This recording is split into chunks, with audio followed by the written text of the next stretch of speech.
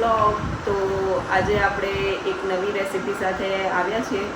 તો આજે આપણે બનાવીશું જે ફરસાણવાળા રાખે છે એવા ભજીયાની સાથે કઢી ખવાય છે, ફાફડા વણેલા ગાંઠિયા સાથે જે કઢી ખવાય છે એ વાળી કઢી આજે આપણે ઘરે બનાવીશું. તો ચલો આજે આપણે એની રીત દેખીએ.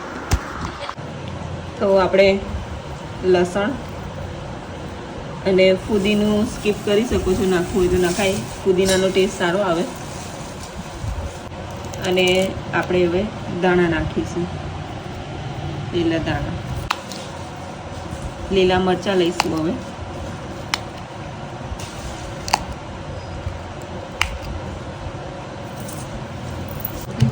એ બધાને સારી રીતે વાટી લઈશું.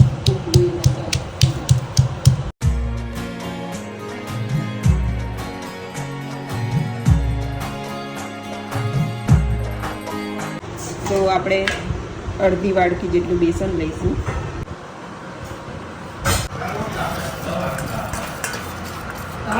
બેસનને આપણે આવી રીતે પાણી ઉમેરીને,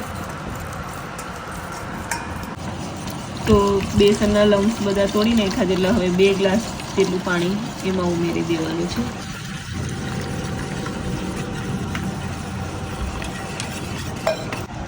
આપણે જે વાટેલું હતું એ બધું આમાં ઉમેરી દેવાનું. તો હવે એમાં આપણે લીંબુના ફૂલ નાખીશું, એટલે કે સિટ્રિક એસિડ. થોડીક જ, આટલી ચપટી નાખવાની, આટલી જ.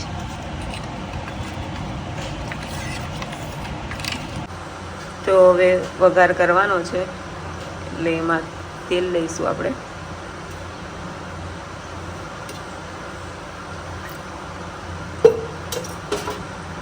અમારી આટલી જ છે કઢી, એટલે અમે આટલું તેલ લીધેલું છે, 1 પરી જેટલું. તો તેલ ગરમ થઈ ગયું છે, એટલે હવે આપણે એમાં રાઈ નાખીશું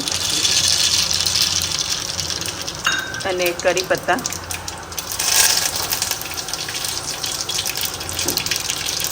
હવે એમાં હળદર નાખી દઈશું અને હિંગ ચપટી.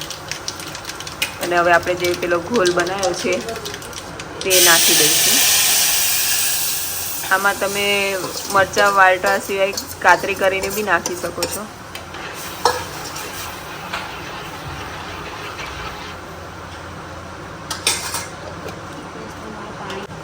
આમાં વધારે જાડી થતી હોય તો આપણે ફરીથી એમાં પાણી ઉમેરી શકીશું. એટલે કેવું, ભજીયામાં એમાં થોડી લિક્વિડી હોય ને, એ રીતે આપણે કરીશું.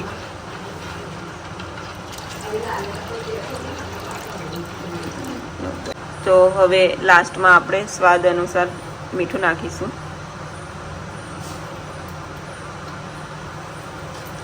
અને આમાં તમને ઉકળતા લાગે કે હજી જાડી છે તો થોડું પાણી નાખી શકો છો.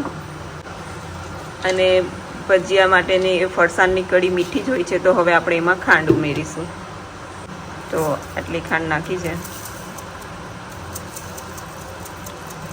2 થી 2.5 ટેબલ સ્પૂન જેટલી છે.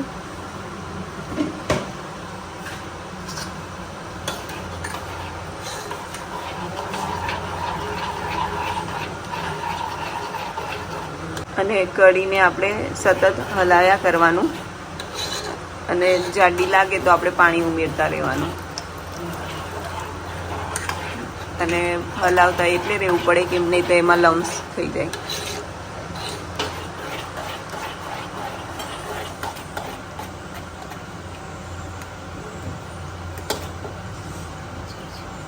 કઢીની કન્સિસ્ટન્સી આટલી રાખવાની.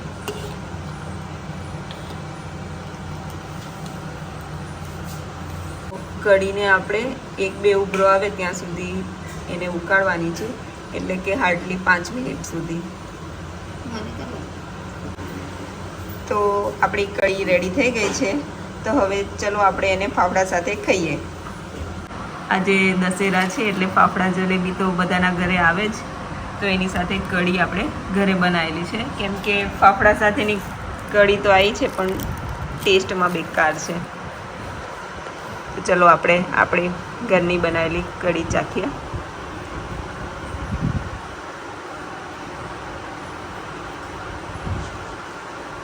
જો કે એને જ બનાવી છે. તો જોયું ને તમે કેટલી મસ્ત ફરસાણવાળાની જેવી કઢી બનાવેલી છે. તો તમારા ઘરે બી ભજીયા કે ફાફડા કે જે બી બનાવતા હોય તો આ કઢી જરૂરથી ટ્રાય કરજો. તો મળીશું હવે આપણે નેક્સ્ટ વાનગી સાથે. ટાટા. તો તમને રેસીપી ગમી હોય તો ચેનલને લાઈક કરજો, શેર કરજો અને સબસ્ક્રાઈબ કરી દેજો. Bye bye.